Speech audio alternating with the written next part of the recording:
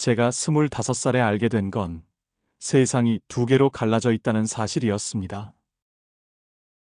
하나는 자유와 진실이 흐르는 세상, 다른 하나는 감시와 거짓으로 만들어진 평양이라는 세상이었죠. 저는 북한 최고 엘리트들이 가는 파리 유학길에 올랐습니다. 겉으로는 북한의 미래 지식인이었죠. 하지만 실제 저는 평양의 인질이었습니다. 김정은의 비자금, 그 돈으로 공부하는 대가로 제 가족 모두가 북한의 볼모로 잡혀 있었거든요. 파티에서 프랑스 친구들과 샴페인을 마시면서도 머릿속으로는 생각했습니다. 내일 아침 보위부 요원들이 우리 아파트로 들이닥치면 어떡하지?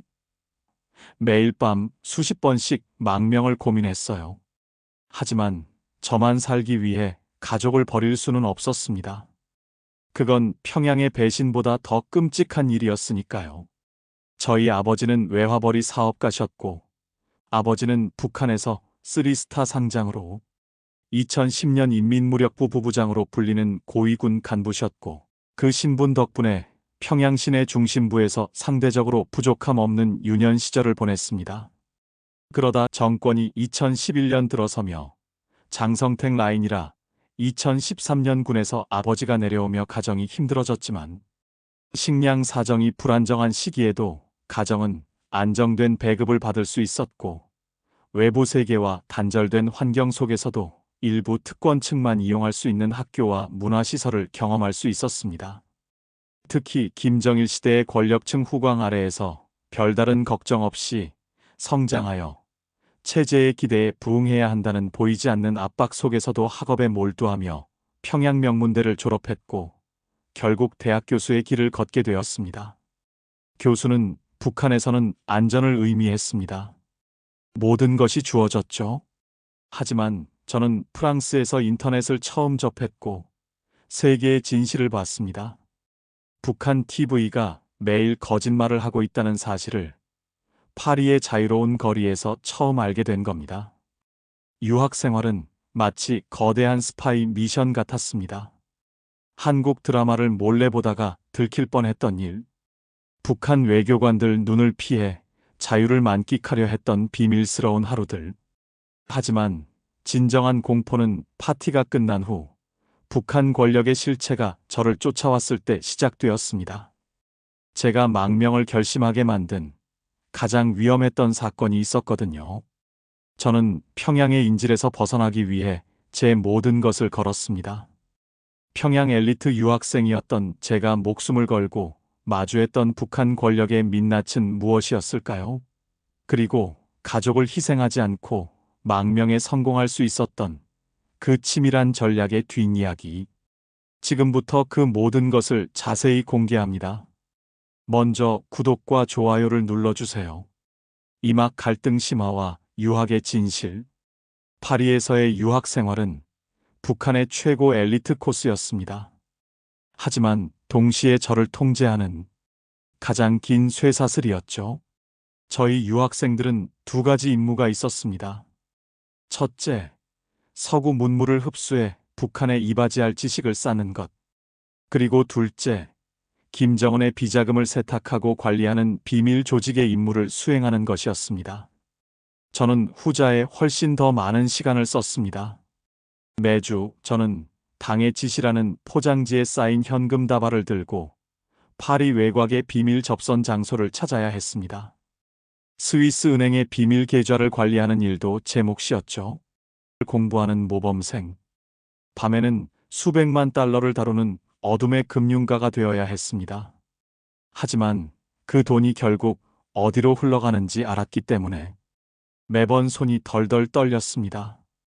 핵 개발 자금과 사치품 구입 자금으로 쓰이는 돈이었으니까요. 가장 위험했던 순간은 제가 조금이라도 이상하다고 느낀 간부와 대화할 때였습니다. 어느 날 북한 대사관 소속 통제관이 저를 불러 아주 친절한 얼굴로 말했습니다. 혜진 동무, 프랑스 물이 많이 들었나? 혹시 한국 드라마 같은 걸 보는 건 아닌가? 저는 웃으며 부정했지만 그 다음 말이 제 심장을 멈추게 했습니다. 평양에 계신 부모님 안부가 궁금하지 않나? 동무가 여기서 잘 지내야 부모님도 편안하신 거 알지? 우리가 동무를 지켜보고 있다는 것을. 그 말을 듣는 순간 파리의 자유는 단숨에 사라지고 저는 다시 평양의 지하 감옥으로 돌아온 것 같았습니다. 제가 스위스 계좌에서 찾아 간부들에게 전달했던 돈은 곧바로 명품 시계, 고급 양주, 그리고 프랑스 남부의 도박장으로 흘러들어갔습니다. 저를 미래 지도자라며 추켜 세우던 간부들이 밤에는 제가 알던 북한 체제와는 전혀 상관없는 타락의 늪에 빠져 있었습니다. 인민들은 굶주리는데 그들은 파리에서 황제처럼 살고 있었죠. 그 위선적인 모습이 저를 움직인 가장 큰 동기였습니다. 제가 충성하던 체제는 이미 안에서부터 썩어 문드러지고 있다는 사실을 깨달은 겁니다. 매일 밤 저는 잠들기 전 노트북으로 북한 관련 뉴스를 검색했습니다. 그리고 충격적인 뉴스를 접했습니다. 저와 가까웠던 한 유학 선배가 귀국 직후 반당 종파 행위 혐의로 공개 처형당했다는 소식이었습니다. 그가 저와 함께 몰래 한국 영화를 봤다는 사소한 이유 때문이었습니다. 저 역시 언제든 제거될 수 있는 일회용 도구에 불과하다는 걸 깨달았죠. 그때 저는 모든 것을 걸기로 했습니다. 이대로 돌아가면 죽는다. 가족이 볼모로 잡혀 있어도 여기서 치밀한 전략을 세워야만 살아남을 수 있다는 것을요. 문제는 단순한 탈출이 아니었습니다. 가족의 안전까지 보장받는 완벽한 망명이어야 했죠. 스위스에 은닉된 김정은, 비자금의 비밀 루트를 아는 저를 북한은 절대 놓아줄 리 없었습니다. 저는 망명을 결심한 그 순간부터 엘리트만이 접근 가능한 비밀 루트를 설계하기 시작했습니다. 일반적인 탈북 경로와는 완전히 다른 북한과 국제사회 모두를 속이는 치밀한 전략이었습니다. 산막에서는 스위스 망명 결심부터 한국 도착까지의 그 모든 뒷이야기를 공개하겠습니다. 저를 도와준 조력자의 정체와 북한이 가장 두려워했던 저의 무기는 무엇이었을까요? 산막 결단과 망명 대서사시. 그것은 바로 정보였죠. 저는 유학기간 관리했던 김정은, 비자금 계좌, 거래 내역, 그리고 유럽 내 활동 중인 북한 외화벌이 조직망에 대한 모든 자료를 USB에 담았습니다. 이것이 저와 가족을 살릴 유일한 방패라는 것을 알았기 때문입니다. 다음으로 조력자가 필요했습니다. 북한 유학생 감시망은 너무나 치밀했습니다. 저는 북한 외교관들이 가장 만만하게 여기는, 하지만 국제 감각이 뛰어난 유럽 내 한국계 NGO 활동가에게 접근했습니다. 그분은 제가 가진 정보의 가치를 즉시 알아봤고 망명 시 국제사회의 개입을 끌어낼 수 있다고 확신했습니다. 가족의 안전이 최우선, 그리고 내가 가진 모든 정보를 진실하게 공개한다. 잠적이 아닌 실종 위장 전략. 일반적인 탈북은 국경을 넘는 잠적입니다. 하지만 저는 실종을 연출해야 했습니다. 북한에 남아있는 가족의 안전을 보장하기 위해서는 제가 납치되거나 음모에 희생된 것처럼 보여야 했죠. 그래야 북한 당국이 책임 회피를 위해 가족에게 함부로 보복할 수 없었습니다. 저는 파리 시내에서 북한 통제관의 눈에 띄게끔 마지막 동선을 남기고 마치 누군가에게 미행당하는 듯한 연기를 치밀하게 준비했습니다. 망명 당일, 저는 북한 통제관에게 스위스의 중요 계좌를 확인하러 간다 는 명분을 만들었습니다. 통제관은 저의 기밀정보 접근 권한을 알기에 별다른 의심 없이 허락했지만 만약을 대비해 파리 주재원 중 한 명이 동행할 것을 요청했습니다. 제가 가장 경계하던 순간이었죠. 파리에서 스위스 국경까지의 이동은 예상대로 가장 위험한 순간이었습니다. 망명 당일, 저는 북한 통제관에게 스위스의 중요 계좌를 확인하러 간다 는 명분을 만들었습니다. 국경 근처에서 조력자와 접선하기 직전 북한 요원이 따라붙는다는 사실을 감지했습니다. 지금이 마지막 기회다 또 조력자가 준비한 위장차를 타고 험난한 산길로 접어들었을 때 뒤에서는 북한 차량이 맹렬히 추격해 왔습니다. 저는 동행한 주재원에게 파리 외곽의 한적한 찻집에서 서류를 검토해야 한다며 잠시 차에서 내리도록 유인했습니다. 그가 자리를 비운 단 10분이 제게는 천금 같은 시간이었습니다. 저는 미리 준비된 위조 신분증과 함께 찻집 화장실 창문을 통해 뒷골목으로 빠져나왔습니다. 그리고 그곳에서 홀로 미리 렌트한 도주 차량을 몰아 스위스 국경 방향으로 맹렬히 달리기 시작했습니다. 국경 근처에 지정된 접선 장소에 거의 다다랐을 때 저는 백미러를 통해 익숙한 북한 외교 차량이 그림자처럼 따라붙는다는 사실을 감지했습니다. 아마도 제가 자리를 비운 것을 눈치챈 동행 주재원이 즉시 보고했고 비상 추격 살인조가 가동된 것이겠죠. 지금이 마지막 기회다. 저는 접선 장소 직전에 차를 버리고 숲으로 뛰어들었습니다. 그 순간 약속된 조력자가 지프를 몰고 나타났습니다. 조력자가 준비한 위장차로 민간 산림 감시 위장을 하고 험난한 산길로 접어들었을 때 뒤에서는 북한 차량이 맹렬히 추격해왔고 총을 쏘기 시작했습니다. 북한 요원들이 험준한 지형에 익숙하지 않은 틈을 타 조력자는 능숙하게 비포장도로와 새길을 이용해 추격조를 따돌렸습니다. 저는 마지막 순간 그들에게 혼란을 주고자 미리 인적이 드문 곳에 준비해둔 가짜 은신처 정보를 암호화된 메시지를 동행했던 주재원에게 유출했습니다. 우리는 마침내 스위스 국경의 무인 감시 구역을 통과했고 국경을 넘자마자 저는 제3국의 안전가옥으로 직행했습니다. 이 안전가옥은 유엔 산하 국제협력팀이 철저히 준비한 곳이었습니다. 그리고 그곳에서 바로 제가 가진 USB 자료를 국제기구와 한국 외교부 정부 관계자에게 넘겼습니다. 자료에는 북한의 유럽 내 비자금 조성 상세 루트와 함께 국제사회가 주목하던 특정 유학생들의 불법 자금 행방에 대한 결정적인 증거가 담겨 있었습니다.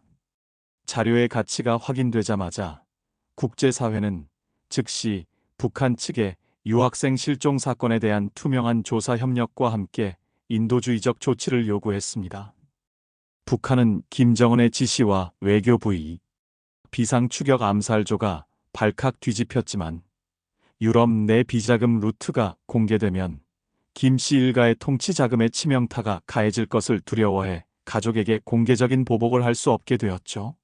저는 탈출 직후 북한의 사이버 공격에 대비하여 자료를 넘긴 USB를 고주파 소자를 이용해 완전히 파괴하는 것으로 저의 임무를 완수했습니다. 저는 안전가옥에서 제3국 관계자들과 즉시 협력 체제를 구축했습니다. 자료의 가치가 입증되자마자 저의 안전은 물론 가족 구출이 최우선 목표가 되었습니다. 북한의 보복 위협으로부터 가족을 보호하기 위해 저는 유럽 비자금이라는 카드를 최대한 활용하기로 했습니다. 국제기구는 제가 제공한 비자금 루트 정보 중 핵심적인 일부만을 북한에 은밀히 흘려보냈습니다.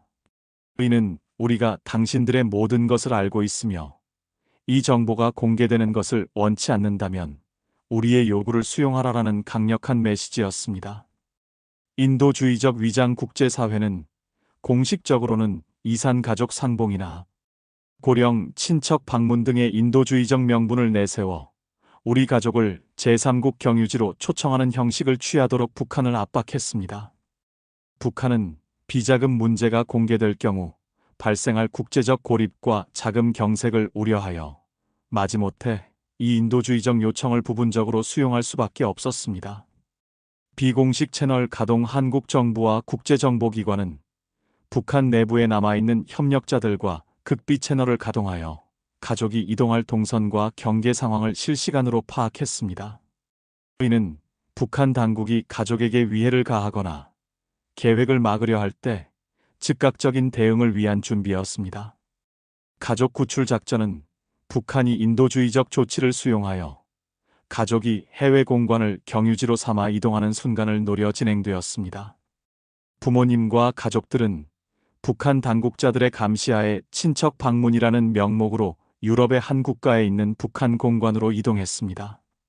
공관 주변에는 이미 국제정보기관 요원들이 민간인으로 위장하여 배치되어 있었습니다. 계획된 당일 새벽 공관 인근에서 소규모의 위장 시위 및 기술적인 통신 장애가 발생했습니다. 이는 북한 경비 인력의 주의를 분산시키고 공관 내부의 통신 및 감시 시스템을 일시적으로 마비시키기 위한 작전이었습니다. 혼란을 틈타 미리 공관 내부에 포섭된 조력자가 가족을 공관 뒷문 비상 통로로 안내했습니다. 그곳에는 구급차로 위장한 차량이 대기하고 있었고 가족은 신속하게 이 차량에 탑승하여 국경을 넘어 미리 약속된 안전 가옥으로 이동했습니다. 구급차의 외장에는 위성 위치 추적기 교란 장치가 설치되어 있어 북한의 추적을 따돌릴 수 있었습니다. 한국으로의 최종 이송 및 심리적 전환.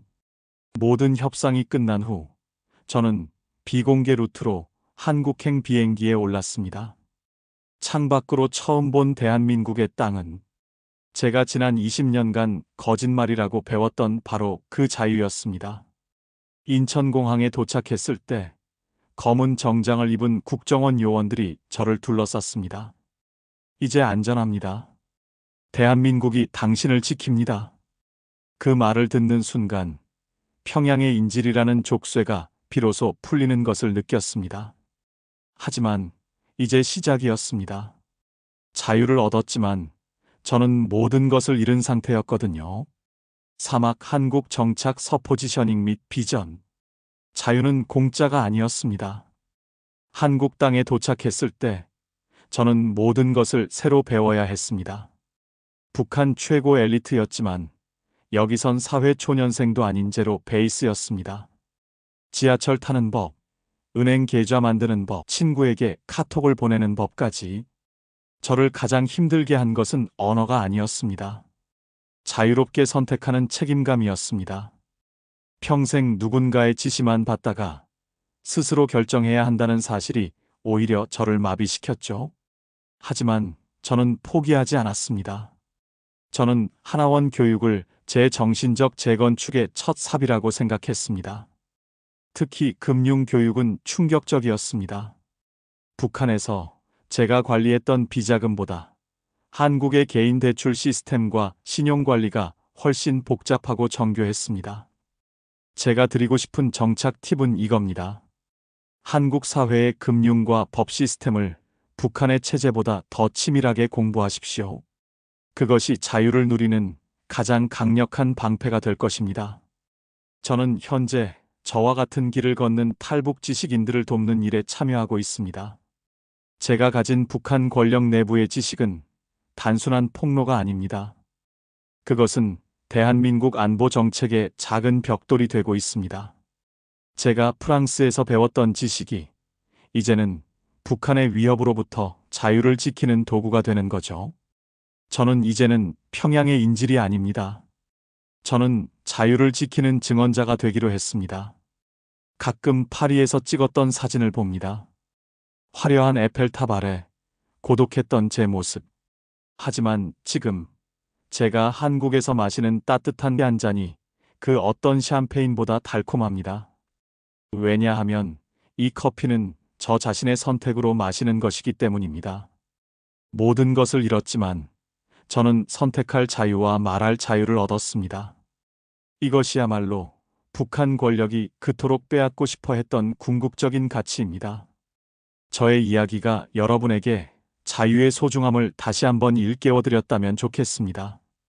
제 다음 영상에서는 제가 직접 겪은 북한 외화벌이 조직의 충격적인 실태와 그들의 유럽 내 은닉 재산 루트를 더욱 구체적인 자료를 통해 공개할 예정입니다. 이 진실이 세상에 널리 알려질 수 있도록 이 콘텐츠를 공유해 주시고 구독과 좋아요 꼭 눌러주세요. 저는 자유를 지키는 증언자로서 여러분과 계속 소통하겠습니다. 감사합니다.